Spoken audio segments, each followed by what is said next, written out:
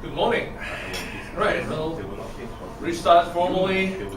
My name is CJ, and basically I'm the Executive Director for Delegation Management Consulting. What we do basically is we provide all kinds of solutions that will help your people perform better, which includes leadership skills, which includes selling skills, experiential learning, etc. Now what we have is every month or so, every other month, we have a topic that we write into a newsletter that we find probably some interesting ideas that can be discussed in a breakfast like this, or some kinds of ideas that we find maybe of interest that will help managers or leaders manage better in their work. So the topic for this morning is on excellence of execution and delegation. And just a while ago, what we had was a case like this. In your work, you need to delegate a number of tasks and responsibilities to a team member. And while the team members seem to show good attitude and is always accommodating to your requests, much of the work delegated is sometimes not done correctly, or the deadlines are being missed. What would you do? So, any suggestions? First of all, is this something that we tend to encounter in our work? Have we seen this before? We did. Okay, great. So, just checking. What suggestions would you if you're going to go into a similar situation like this again? What would you do, or what would you do differently? Yes, Linda. First, I would talk to this employee. Yes. And ask if he's anyway willing to work. Okay. Do you really want to work? On himself, to improve that. On himself. Okay. Yes, and to work for the company and having also different variety of tasks. Okay. And then seeing on that result, Okay. I would rather fire no. Sure. Okay. Or I would try a different style of giving the task. Sure. In smaller steps, for example, to be able to prove it better. Right. So there are smaller tasks, breaking down into smaller tasks and asking if you are willing to improve yourself, improve your skills, work on your weaknesses. Okay, that's one way. Any other different suggestions? Or additional suggestions? Anything there? Maybe I would try to see if I have explained correctly what I'm expecting from him. Okay. I would question myself, does he need more explanation on what he needs to do? Maybe I would try to coach or explain. Okay, maybe he needs more explanation. Maybe he didn't really understand or understood what needs to be done. Maybe. Okay, anything else? Jan? I find it difficult because there can be so many reasons. Right? Yes. So I agree that maybe you start with asking why he didn't. He didn't come with a request. Right. He said yes. Right. He said yes. Right? He said yes. So why did he say yes? So it's an important question. Sure. So some of the people I manage might say, I said yes, but I think it was not my task. It was below my task. Right. Okay. So somebody else should do it. Sure. So in my organization, that person at that time is in trouble. Right. Because you cannot say yes and then don't do it. Yes. So then immediately I ask myself, when such a thing happened, do I want to have such a person on the team at all? Right. So I have to figure out what's the problem. So for me to be here is also to know at what time you say this doesn't work. Sure. And when you take that decision, this doesn't work. Sure. Because looking back and always ask yourself whether you made a wrong direction or I made it. There's a point where you don't take that. Sure. Any other? Jan is a lawyer, so he's looking at evidence. So exactly. So any other guesses, and how would you want to handle this situation? I usually would look at the job, the task being allocated, and then I would also see if this person is the right fit for the job. So generally I would see that, and I think if he's been hired as a admin assistant and I'm asking him to do a business development, I think it's the wrong fit already. So I think I would go back and look and then work it out. And then if the job is business development, then I need to look at my team and say, hey, who is the best person that could help me with the job? And I think by firing is not, the best idea. So I would just review at my team. And I think in today's environment, usually budget is a constraint. You cannot hire. So you might need to go back and look at your team and then see if I need to retrain the person or give them a lot of coaching myself. I would do that. Thank you. But So, then there's a problem when this person said yes. Although it's outside his task, then it's communication problem at that person. So you need somehow to support this person to say honestly in front of you, I'm sorry, but I'm an accounting guy and not a business developer. So there needs to be improvement on both sides. I say. Great point. I mean, if I can't do the task, why should I tell my boss, yes, I can do it? I mean, that's a question as well. Now, and this is where a lot of things can be the underlying factors here. The reason being that before we go into any solutions, what we want to do is to find out what are the various causes. What causes all this situation to happen? The cause could be we gave the wrong task or wrong work to that person.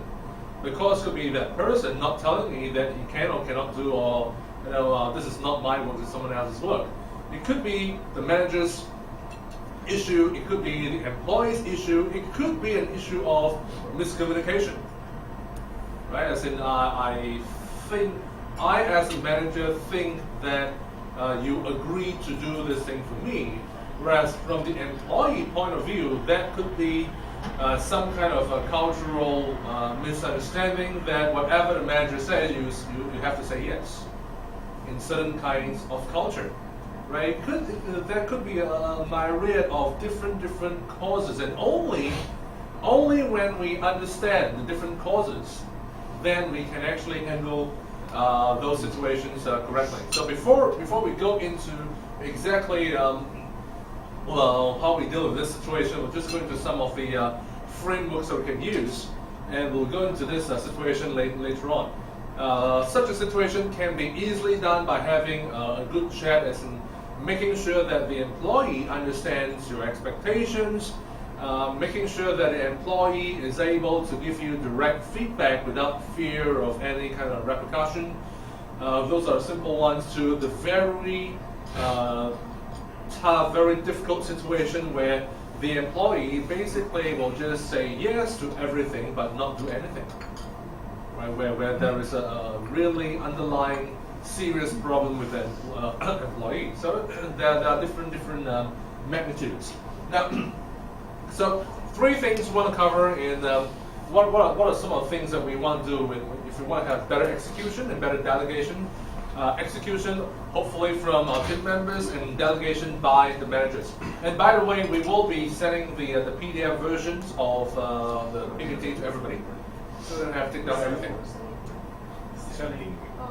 And so, alright, so we'll send over after the event. Right, so three things.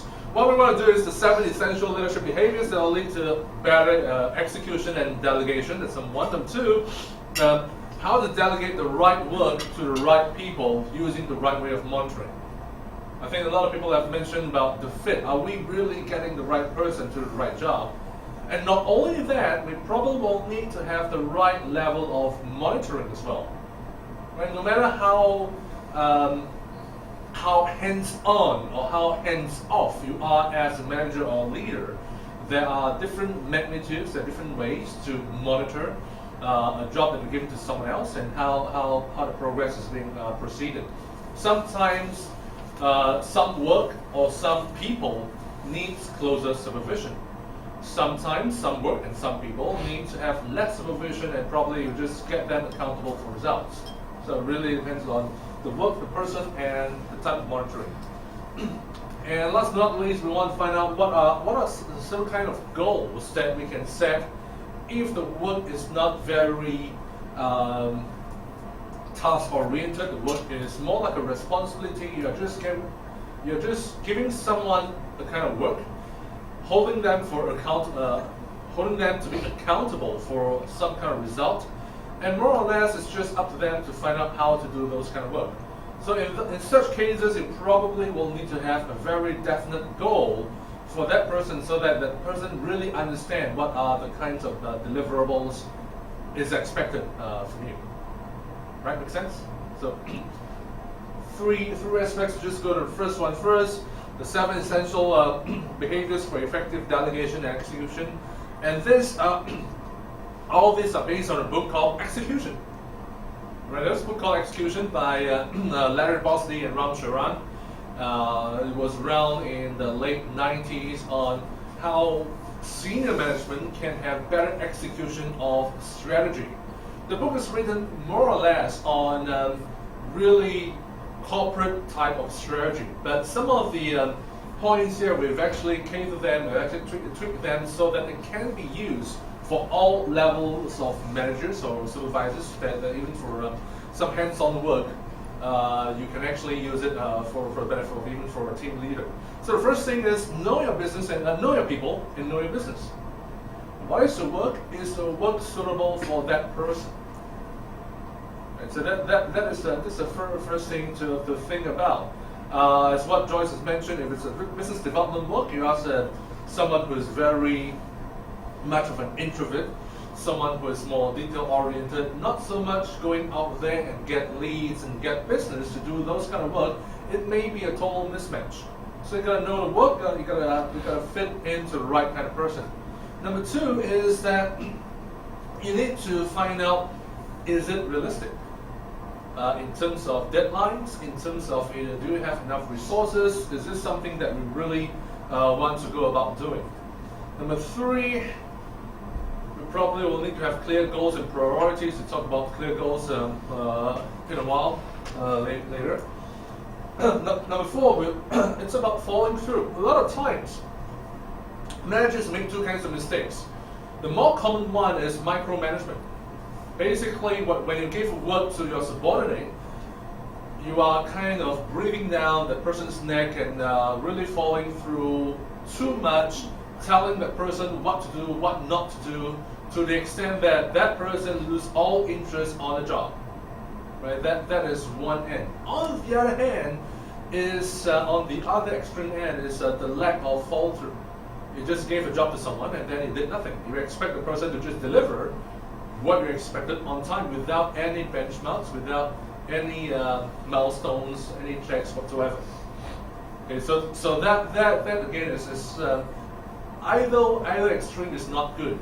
And sometimes if you want to get work done, you probably will need to have some way of following through. And like I said, the level of following through depends on the person and depends on the work. The 5th one, reward the doers. So people who actually gave you work, delivered work correctly on time, on target. What happens? Were they given recognition? Were they given any kind of rewards? And rewards does not need to be monetary. You don't always need to say, you've done work correctly, here's 100 baht. It's not always the case. Rewards can be non-monetary, can be recognition, can be praises or words of encouragement that is made public.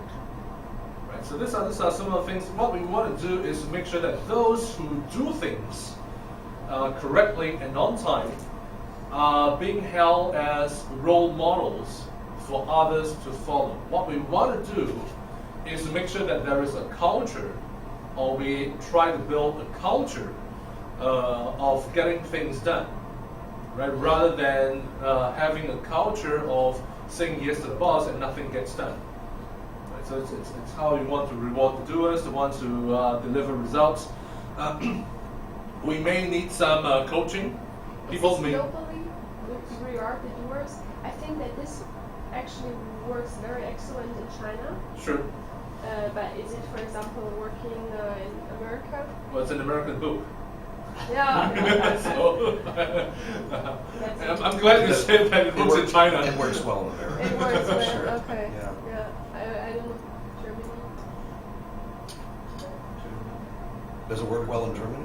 No. I think it should work there. It should. Everybody wants to have like some feedback, right, on what he did. But I think maybe in some countries, it could be that to be pointed out as a role model or something is for them quite like maybe embarrassing.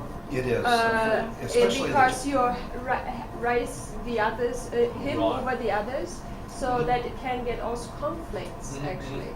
Right, and you see that a lot in Japanese culture as well, where some team leaders don't want to be singled out, and they want their team to get the recognition. Sure.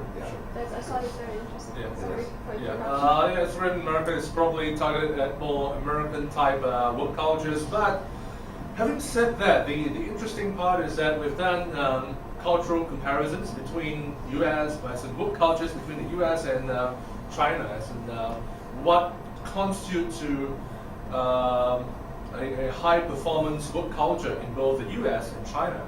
And what we found is the drivers of high performance in the US and China are getting more and more similar. Right? If you're looking at the older generations of Chinese workers, probably they may feel embarrassed that we are being someone's being held as a role model. But for the younger generation, there is always a drive to get recognized. So just like the US, they want to be rewarded based on their contributions, more than on seniority, on relationships, on anything else. Okay, so in this sense, there probably has a lot of fit between the US and China, especially with younger employees especially. And we want to have coaching. And also, both the US and Chinese employees, they also would like to have feedback from their bosses about whether they're doing okay, they're doing well, they're not doing so well. Feedback is always appreciated by the bosses. Okay, or from the bosses, always appreciated. And last but not least, it's about the bosses. As managers, can you know yourself? Know yourself in the sense of what are the kinds of work that needs to be delegated? What are the kinds of work that you need to do yourself? What is your style of communicating with your employees or team members? Right? How you can be more effective in terms of whether it's coaching skills, whether it's communication, whether it's delegation skills. You gotta know yourself. Right? Some of us are very good in driving things. In fact, we've done different kinds of assessments, and one of the key things that we get data from managers in China is that most of the Chinese managers are what we call shapers, or the kind of shaper kind of team profile. Right? Basically, shapers are the driving personality or the driving people. They are the ones who will make sure things get done. They set targets, they set goals, they push people to do things. They're impatient, they want to have achievements. And these are driver type of people. Now, if you're a driver type people, sometimes you can be overly harsh. Right? It's about knowing yourself. Without yourself realizing you are overly harsh.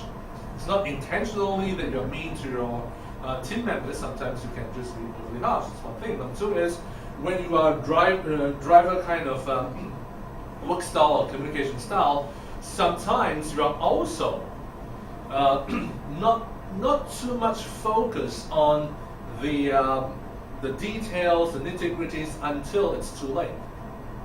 Right? So if you're working with someone who's very much focused on the minute details, and you're just pushing for results, one, you may have some kind of uneasiness or conflicts with that team member because the other person wants to get it right. You want to get it done now. Right? And sometimes there's a kind of conflict, there may be some pushback, or like in the case that we saw just now, that person may say yes, and hopefully you forget about the deadline, and that person can actually go back and fix the nitty-gritty details. And that's where work may break down. Two is that when you over push too much, in that sense, when your team members is trying to follow your schedule, you do meet your deadlines, but there's no one left to actually check if you got your details right. We just did work for a company where the bosses, the senior management are very focused on launching new products every year, right? Every year they launch about 100 new products. They are pushing products like crazy, right? So they work on a very rigorous schedule to get new products out, to conquer the market, to make sure that they got something new before their competitors come up with the new thing. Now, they recently have a lot of customer complaints that I've never seen before for a new product that was supposed to be touted as the next blockbuster product. It's supposed to be the best product that's coming out. But they've got the most number of complaints, and the kind of complaints was never seen before, right? And why? Because in the rush to get the new products out, no one in the company is either strong enough, committed enough, or there's no one just saying that stop. We need to do more checking. We need to do more testing and verifying and customer focus groups. But there's no one to do that to say that we need to pause for a while. So as managers, sometimes we need to know what are the things that I'm good at, and what are the things that if I do too much of a good thing, it may turn into a bad thing. And maybe that's where we need to delegate and get our team to execute for me. Right? So these are the 7 things that we need to think about. The next thing is on how we actually delegate the right work to the right people, and how we actually monitor the work. So what we want to do is to introduce an idea of what is a work role. Work role is defined as the mix of tasks and responsibilities undertaken by an individual or within a team. It's basically just a mixed bag of tasks and responsibilities, and there are definitions of what is a task and what is a responsibility involved. How we delegate is basically we think about this: what is to be delegated, what is the kind of work to be delegated, and are we delegating to a person, an individual, or a team? Is this to be done by a team or just by one person? And how we distinguish things is this: we have tasks, we have individuals, and if it's a task that is being done by individual, we call it the blue work. So the blue kind of work is work that is to be done in the prescribed way. There are pre-described processes, ways of doing things. You need to follow a certain procedure. Okay, that's kind of blue work, and it's done by an individual. And then, if it's an individual responsibility, basically just give to a person, and you want a result, that person will have to figure out what to do to give you a result. The other thing is, if you're looking at interactive as a team, you can have tasks as a team where you break down the task into different parts, and different people will need to follow a set of procedures to do the different tasks. And you put on the different people together, you get a line of products, you get a production line. So basically, if you're in production, if you're doing manufacturing as an ongoing basis, the different stages probably will go into an interactive task. Different people do a different part of task that is repetitive and probably will need more monitoring. Whereas you have orange is the color where you indicate the kind of work that is, you set a goal and you give it to a team, and that team will somehow give you the goal at the end of the time period. Right? The work that is on the left-hand side, the blue and green work, chances are you will have more monitoring. The ones on the right will have less monitoring. And like I said, less monitoring doesn't mean no monitoring. Less monitoring, you probably will still need to set the kinds of benchmarks or the kind of milestones for the different work that is going in between. So what is task responsibility? It can be reoccurring tasks where procedures exist or someone will provide guidance and direction. Versus responsibility where no procedures or instructions exist, you have to figure out. Now, just going to go back. Let's go back to this figure here. What do you think? We'll just jump onto the kind of orange one. What do you think will be the kinds of work that will be, you give a responsibility to a group of people, and at the end of the day, something must happen. You must get a result. Is there any kind of work that we can think of that is group-based, and then you give them a goal, and at the end of the day, they have to achieve that goal? Anything? So it could be a regional sales manager? Can be a regional sales manager The sales team? with the sales team, so you have to work as a team and deliver the goal as a sales team. Anything else? On construction side, you also have a lot of like crews. Okay. Yeah. Okay, Departments so yeah, and yes. electricians and everybody Okay. has to Construction work together. projects, okay, so you have massive projects, different people doing different things. What else? Anything that's more fun. Anything in a company that's more fun. 比较好玩. Especially if you're from big company. You're talking about green or orange? Orange. Orange. Like preparing participation to a fair. To a fair, yeah, you're going. Salespeople needs to be You go to an exhibition, go to a trade show, go to a fair. Okay, anything more fun than that? Research. Sorry? Research project. Research projects more fun than that. How can it be more fun? More fun than that. Party, like anniversary. Yes, I mean, for companies, the fun of the year is the annual party, isn't it? You know, that's the fun thing. And typical thing, I mean, of course, we have a lot of serious work that is part of the Orange Book. And the reason I'm singling out the Orange Book is this is where the kind of work that is the hardest to manage, the hardest to execute or delegate, because we are giving different people different work. Sometimes they're self-managing groups, but at the end of the day, they must give you a result. So it's a matter of, are you matching the right people to the right work? There is also the question of how are you going to monitor what goes on in between. So we just use something that's more fun, like an annual party, right, of a company. So what happens in annual party is you have an organizing committee, a core group of people who will think about what will be the theme of the party this year, who will be leading the performances and so on.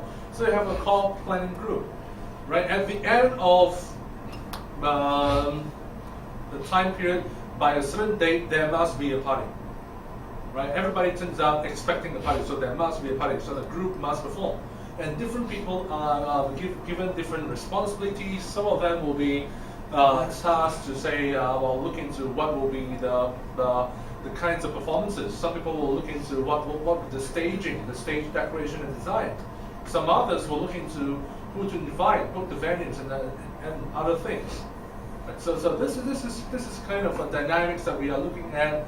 Where it makes delegation sometimes a bit tricky. That's one thing. The other thing is also sometimes, most of the times, as managers, which kind of work would you prefer to give to your team members? The red, the orange, sorry, the blue and green work, or the yellow orange work? When you are delegating, which kind of work do you find that it's easier for a manager to delegate? I give you something, and I give exact procedures how you need to do it. Or I give you a work, and then at the end of the day, just give me the results.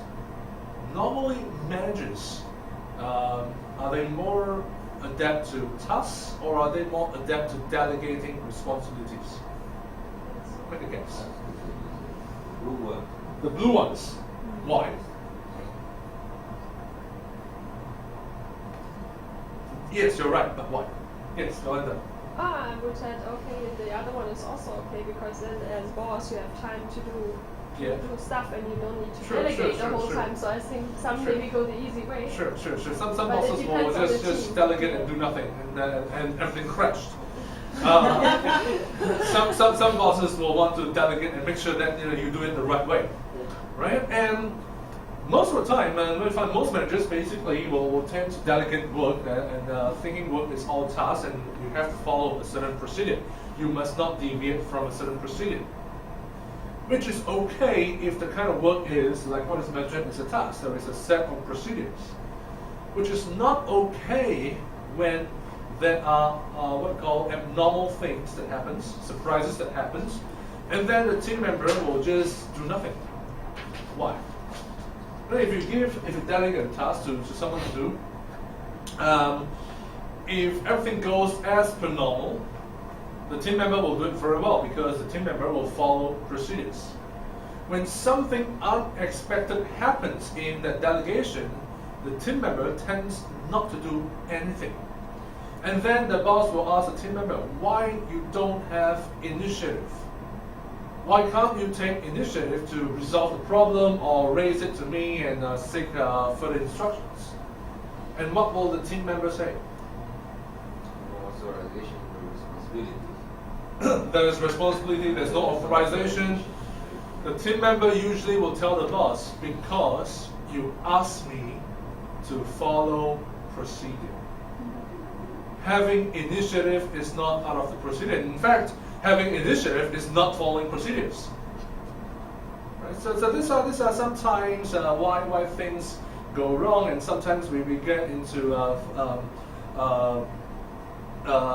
whether conflicts or we get fights into our team members. As I said, sometimes we tend to think that everything that we give to them is a task. Some of them are tasks and they need to follow procedure to give us the results.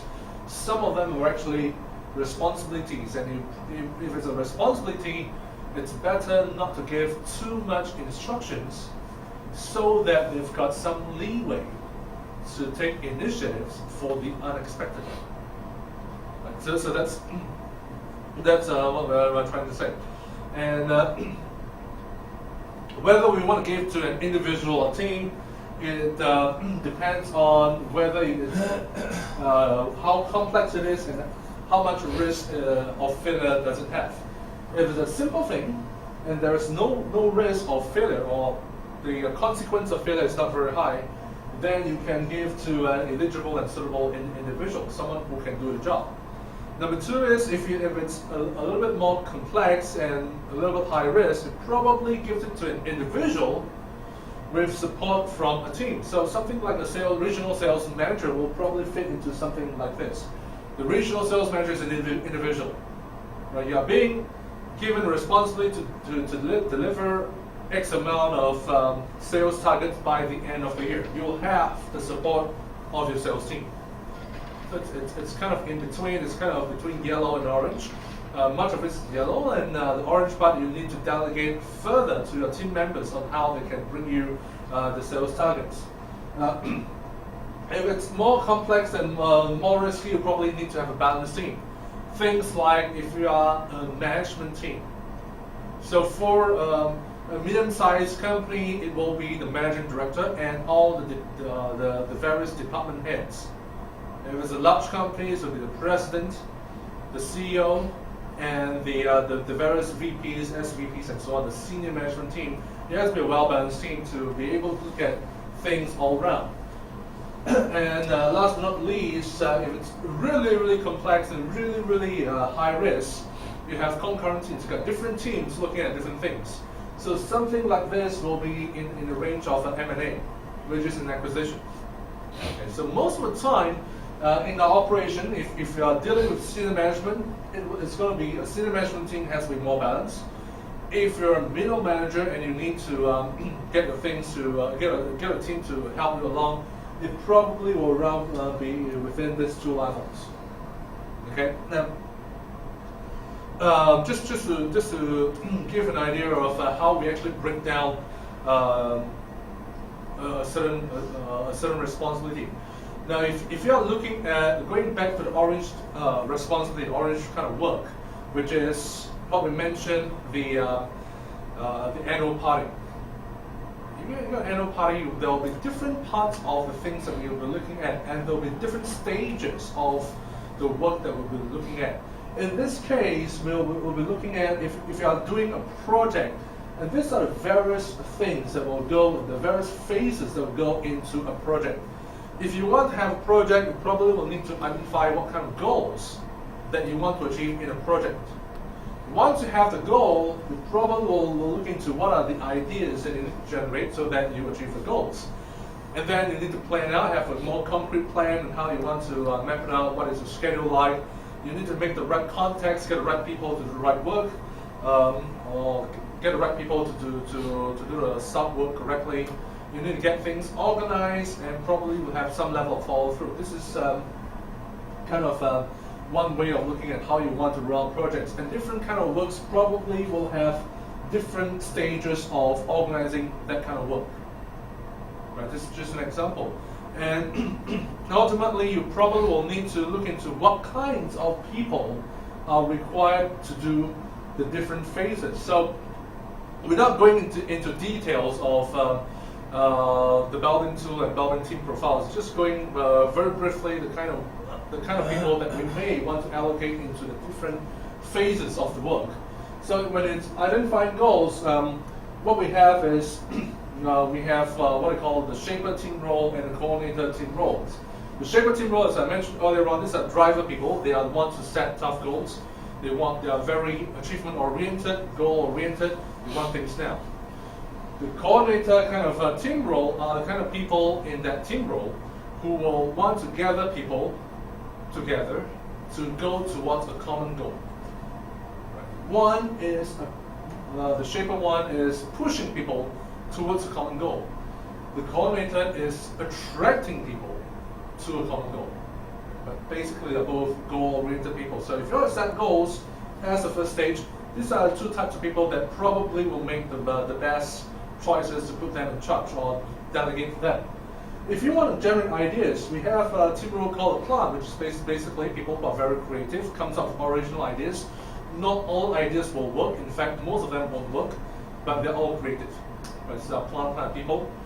We also have what is known as a resource investigator. They don't have their own original ideas, but they know how to steal other people's ideas.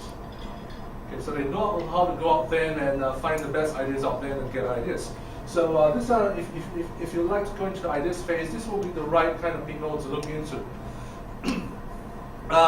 If you want to put the ideas into plans, first of all, you need to make sure that you need to throw out the ideas that won't work and get the ideas that will work and probably modify the ideas that will work to make it work. So if you are looking at planning, we have one kind of team role called a monitoring evaluator. These are people who evaluate ideas, which will work, which won't work. Right, we'll do the right kind of analysis and make sure that we have the right plans. We'll also have the kind of team role called specialists. If they are specialized in a role, they will know how to make it work in a specialized way. So again, so it's about matching the right kind of people to the right phase in the work. We also will have, if you want to have a plan in place and you need to get people, more people to help you in the work, or to outsource to more people to help you, then again we rely on a resource investigator to get people, to get supporters. And you also may need a team role called a team worker who is able to be nice to people, make sure that things are all right, make sure that everybody falls in line, works as a team, no one complains, everybody is well pacified. Okay, that's a phase that we need to have nice people around.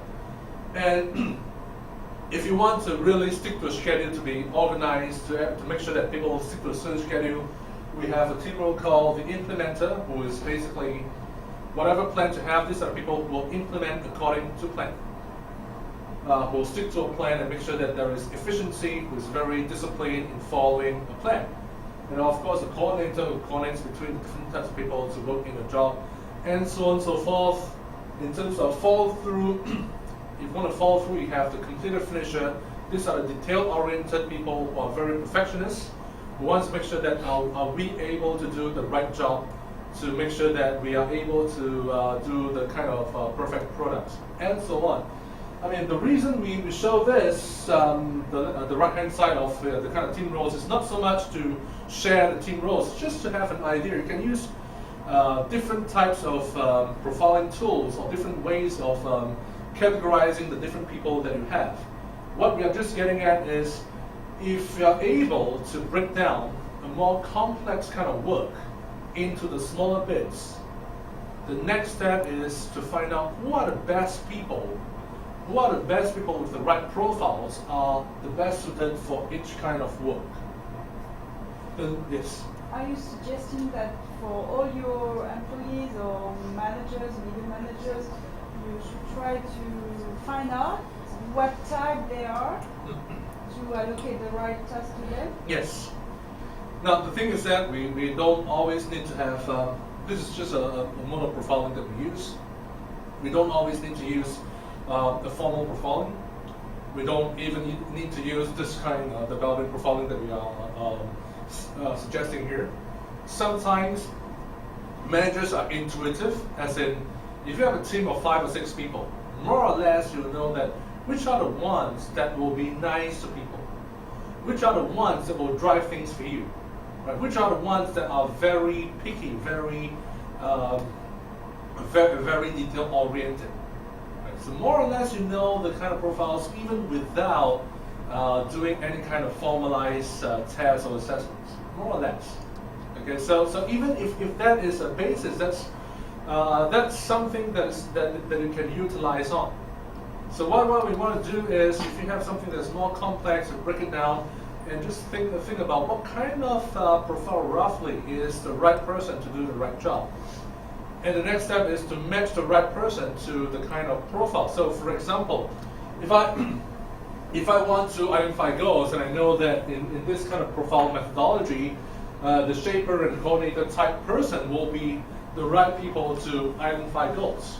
So the next step is I'm going to think about who in my team fits into just 2 kind of profiles, either of these 2 kind of profiles.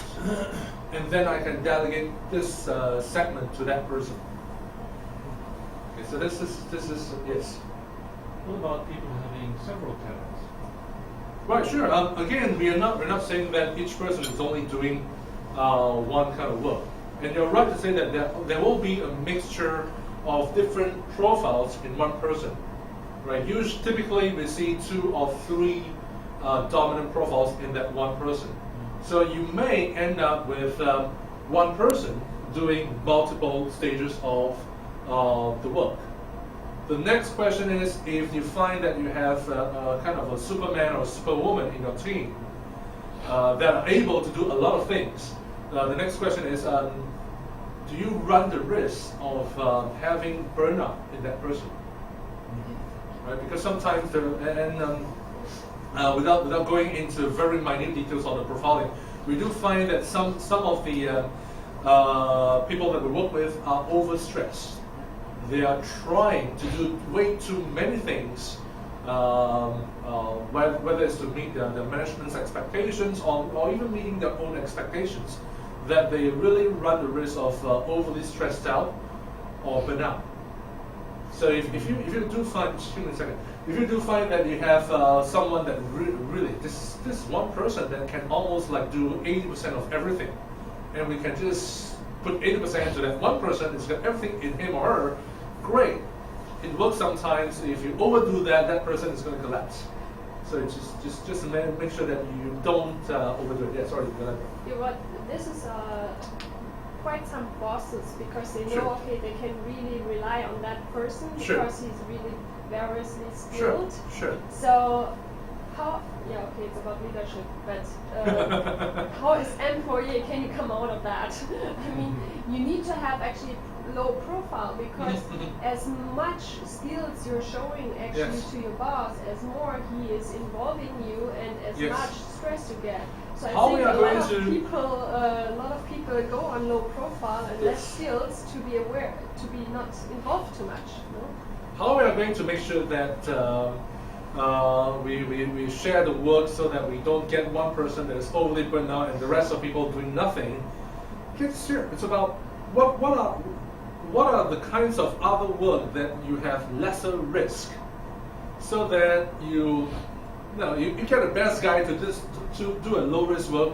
The best person is going to do it well for sure, but should the best person also be focusing on the more high risk kind of work, so that those with lesser risk, we can actually farm it out to someone who is less experienced, less capable, and so that we can actually get them to train up so that they can handle greater responsibilities.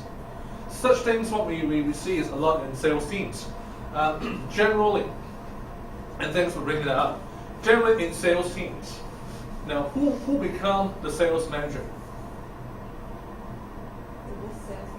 the best sales guy, right? Usually the top sales becomes the sales manager. Now the problem with that is the best salesperson does not know anything about managing. The best salesperson knows everything about selling, but he or she may not know anything about managing people. Okay, that's one part. Now, and what happens is when the best sales guy becomes a sales manager, now you have a team. And if it's a new sales team, chances are the rest of the salespeople are going to be rookies. They're going to be inexperienced new salespeople. And then there you have a sales target for the team, supposedly, but you have a team of very inexperienced salespeople. And you know, as a sales manager, that you were formerly the best sales guy.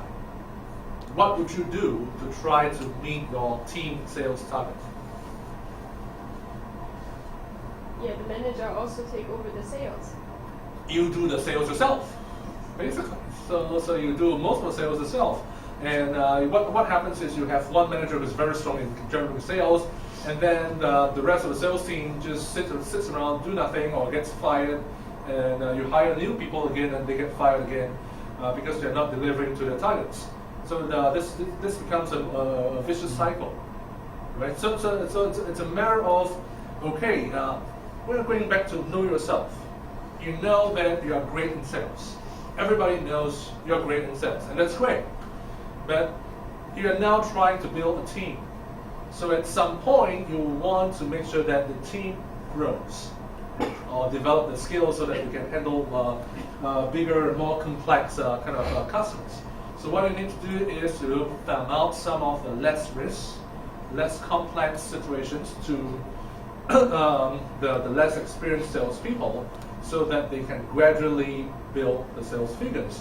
And even if they fail, because the risk is lower, it is not so-called life-threatening. Right? And you're right to say that no one can force the leader or manager whether you want to delegate the work over to your team or not. It's really up to the manager or leader. It's a leadership issue. Right? It's just a matter of do you realize that you can actually get better work productivity by having better delegation and better execution from a team. Yes. Yeah. I think just promoting somebody who does very good sales to become a sales director is maybe just a wrong decision. Maybe you should probably trainer of the other sales guys. Sure. But I have a question, maybe on your former sheets, where you set out all the different characters and all the different talents you find in people. So which kind of talent you will never find in one person? In other words, people can have 2 or 3 dominant talents. Yeah. Mm-hmm. So which kind of talents you will never find in one person? Well, I'll say that you won't be able to find all of them in one person. Yeah, that's for sure. That's clear. But if you are, for instance, if you are a shaper, what will you definitely not be? Actually, we thought of that a lot. I mean, the direct opposite of a shaper is the team worker. Right? As in, the shaper drives things. The team worker is be nice, be supportive. So they are, in a way, direct opposites. Now, direct opposites doesn't mean they will clash. They sometimes will clash, but if they are able to work together well, they actually are perfect complements as well. So they are either killing one another or becoming perfect complements.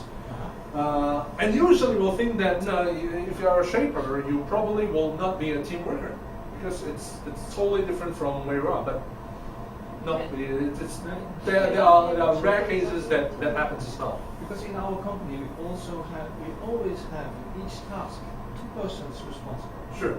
And these 2 persons should never be the same. Sure. Otherwise you get too much of the same. Sure, yes. So I find the question very interesting, at least to get a better picture of how to make these 2 people, to choose these 2 people, because they should have, what the one has definitely should not have the other one.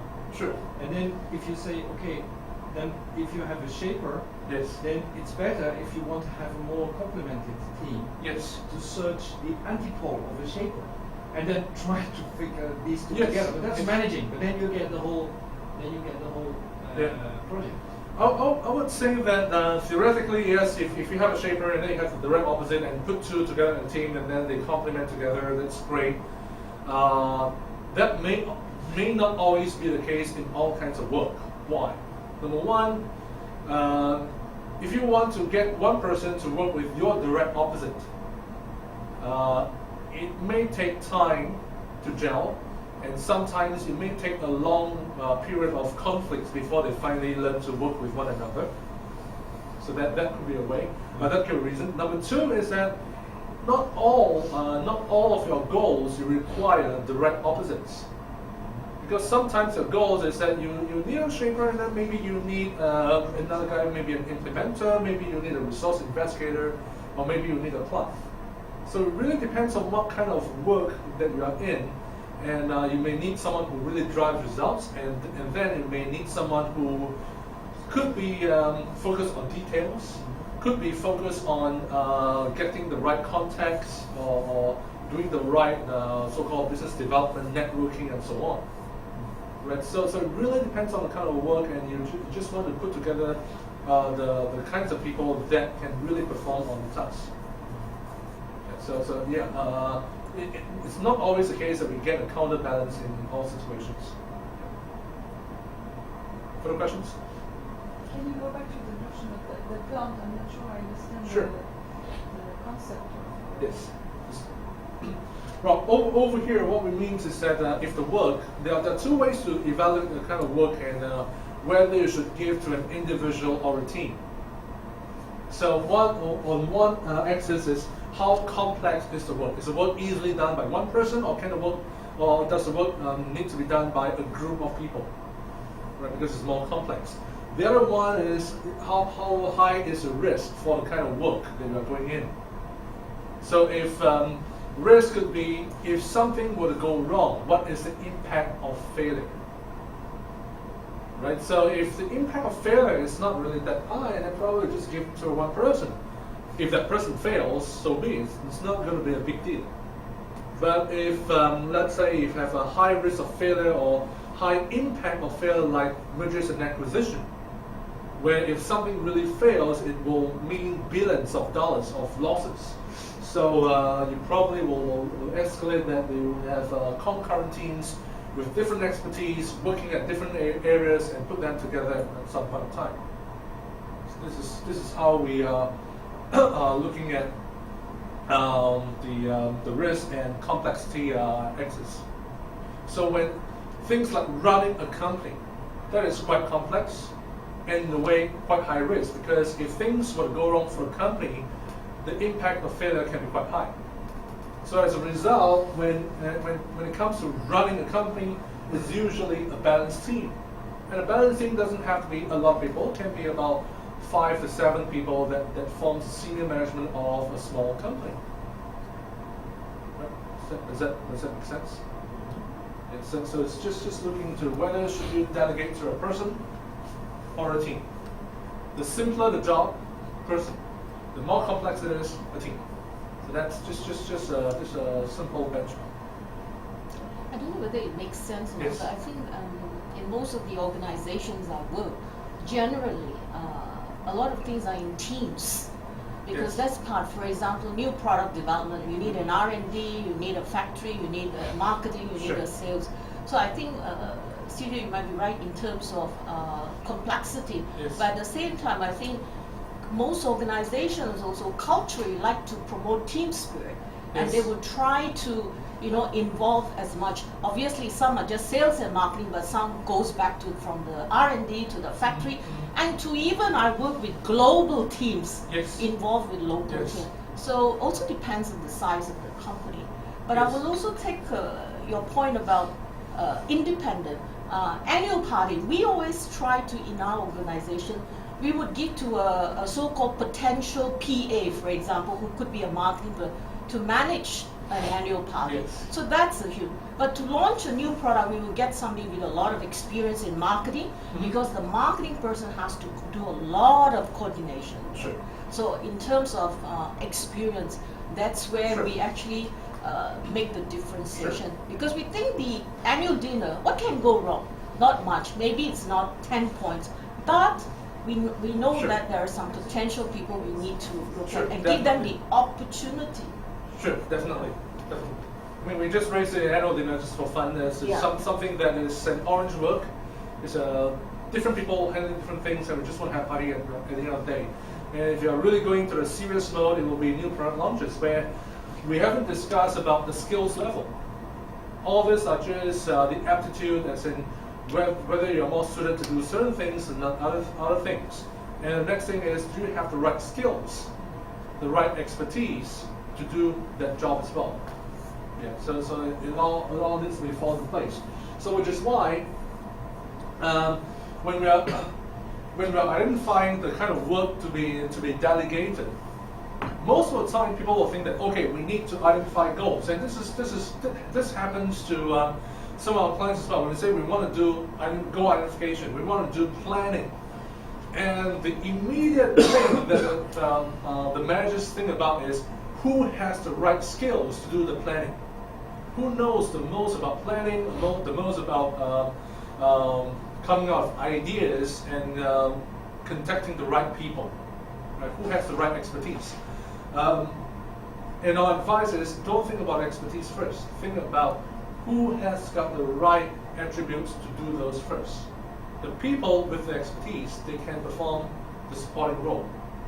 Because even if you have the expertise, let's say you want to launch a new product, and at the same time, you're the type that puts plans into actions. Right? You are able to stick to a plan, you are self-disciplined, you are able to follow schedule, you are very efficient. Right? So you're basically very good at implementing things. Now you're at the stage that you need to generate ideas of what should be your new product, or what kind of features that it should go into your new product. Now you can be a product manager, you got all the expertise. But your way of thinking, your way of doing things is, how can I put ideas into action, rather than how can I generate ideas.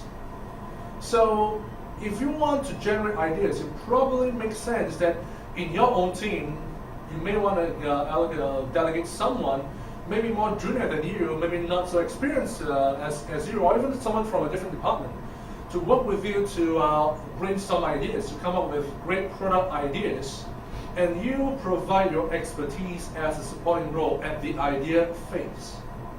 Once you have the right kind of ideas, maybe your expertise can kick in and into place as in, great, now we have all these great ideas, which ones we are going to choose, and how are we going to put them into action? How are we going to put them into production?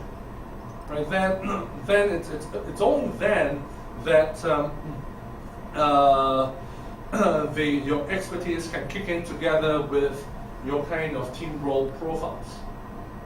Right? Otherwise, you can allocate a person with the greatest expertise, but if that person is hopeless in generating new ideas, that expertise is wasted. Right? Make sense? So we will advise people that think about the roles first, even if you're not the best experts in this subject matter. It doesn't matter. We'll get the right experts to play a supporting role. We need to have the right role with some level of expertise playing those roles, and then we'll figure out how we can actually make this person to work with the subject matter expert. Okay. So in that plan of ours, the part where it's identifying goals is none of their department heads. It's actually the bosses, because the department heads, number one, they are not in charge of identifying goals. Number two is none of them they have the kind of right profile. The bosses can actually direct them to set goals, and their department heads can actually give their expert opinions. Right? So, last part is on how we are going to set clear goals. When it comes to work that is complex, you just hold people accountable for some kind of results. Sometimes things can get out of focus. Sometimes the deadlines are missed.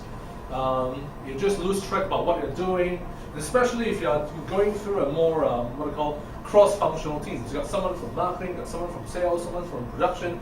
You put people together to do something, and people has got different schedules, they're all busy, they don't meet that often, and things get missed.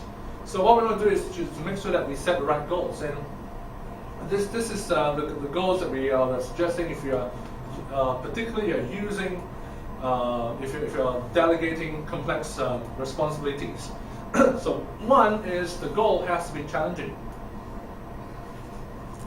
Why? If there are two goals and we give it to teams, and remember these are teams, not just individuals, you give to a team. There are two goals. One is challenging, it's difficult. The other one is easy. Which one of the goals will have more emphasis by the team? There are two goals. One is easy, one is difficult. And you give these two goals to a team of people of different departments. Which one will have more emphasis, more focus by the team? The easy one or the tough one? The tough one. Why? Why not the easy one? Because the easy one is easy. Easy one is easy. No one cares about the easy one. It just, anyone can do it. When anyone can do it, no one does it. Yes. Right. So that is the kind of focus. When it's tough, it's like, geez, this is tough. This is difficult. We need a lot of resources. We talk about bosses. We need to coordinate with a lot of people. We need to have different ideas, right? We need to think. We need to have very stringent analysis. So that will actually give more emphasis, surprisingly. So that's been challenging. Number two is this is going to be limited by time. We all know that. It has to have an end objective. What do I mean by end objective? Let's say you want to launch a new product, and you need to launch a new product by a certain date. So the goal is to launch a new product. Now, what is the purpose of launching that new product? It can be there is a new market to tap onto, right? The new product is totally different from our previous product, so it's a entirely new market. It can be an upgrade of an existing market, so it's just that our competitors are catching up, so we need to have a new upgrade. So it's something newer, better than our competitors. So that could be to beat the competitors. That could be an end objective. It could be that customers' needs are changing, so we need to cater to new customers' needs. So all we are looking at some kind of new product to give us a lot of sales and profits. So there is always a bigger goal or bigger purpose that is at the end of your current goal. Whatever you want to do, there is a bigger purpose. So just to illustrate something that is closer to life, especially if you are Chinese. Well, doesn't matter, but especially if you are Chinese. Now, normally, why if you're Chinese, why do you send your kids, or why do Chinese people ask your kids to study very hard? Why do we study hard? To have good results. To get good grades. And why do we have good grades? Why would we want to have good grades? Yeah. To go to good school and to get to go brag about it. Go to the right college, right? Go to a good college. Why do we want to have go to a good college? Better chances. Better chances of what? Yeah, for Get a good job. Yeah, Okay. have a good future. Now, does it mean that if you go to a good college, you will get a good job? No, not always. Maybe, may not be. And there may be other instances as well. So the thing is that the goal now for a lot of parents is study hard, get good grades. That's the goal. But what is your end objective? Does it always mean that you will get the end of getting a good job or being successful in life? Maybe, may not be.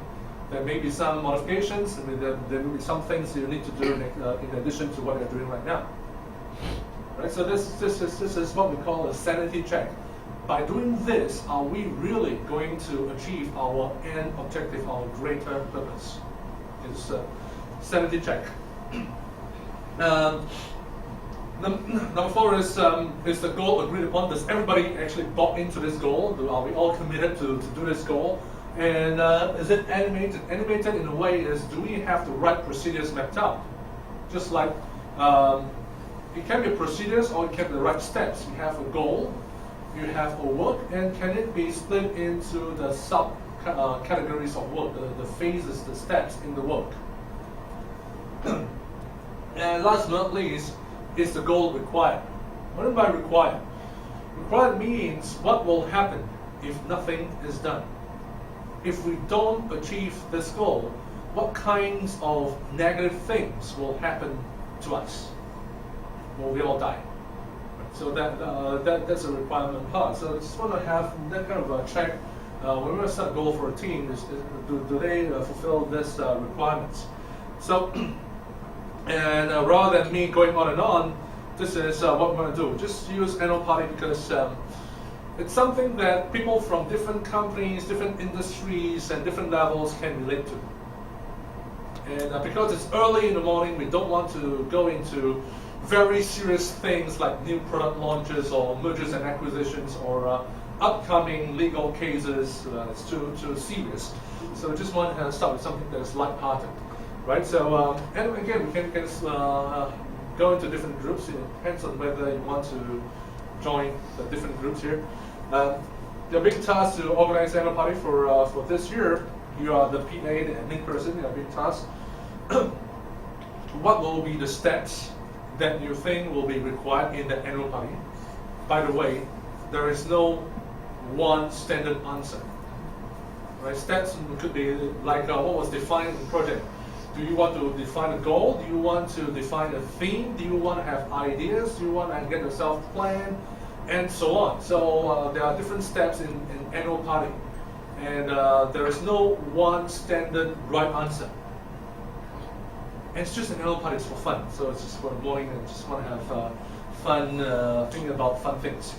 So what are the steps that are required to achieve those goals? And how would you measure success in each step? So I'm gonna retrace. We're going to do something like this, and again, the annual party version of the steps of achieving the goals will be different from what is here. So come up with the steps. Come up with how would you know that you have succeeded in each step, in each phase. What will be an indicator of success? So that if you delegate to someone and our team, then the team say, okay, we have done identifying ideas. How would you know that the identifying ideas phase has been is done to your expectations? Right? We're talking about having milestones. You want to check on the others' work. We don't want to really micromanage people, but at the same time, at each stage, it makes sense to do a review. If you have identifying ideas, what will be a measurement of success to say that we have got good ideas? What will be a measurement of success if, let's say, we need to have good planning or forming good contacts? And that allows you as a manager to monitor your team's execution and your delegation. Make sense? Right, so back to here. We can have 50 minutes or less. It depends on whether you want to join the groups and just have that 15-minute discussion. If you want to plan an annual party, what would be the steps? And how would you measure success in those steps? 15 minutes. Go.